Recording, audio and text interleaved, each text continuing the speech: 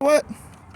Man, this thing been getting the best of me. You know I don't like when stuff like this get the best of me because oil filters don't take nothing but 30 seconds to pop off. It's just an oil filter, shit. Man, I had everything done. I've been fighting this. Oh, you're recording me. You know it. Man, Typical power curve fashion, baby. Pull up on the scene. What happened? Fighting every time I call you, you pull up and it take 2 minutes to get the shit done. But I be fighting for 3 hours. Over here cussing, gotta go in the house and get myself together. It's all good though, you know.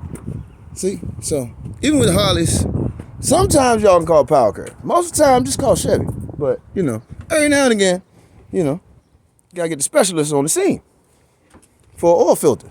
Man, That's the easiest thing he's had me come help him with. I must tell you that. He actually has me coming and helping him with some hard shit. Just so y'all know. there we go. Now she's twisting. Oh, you dirty bitch.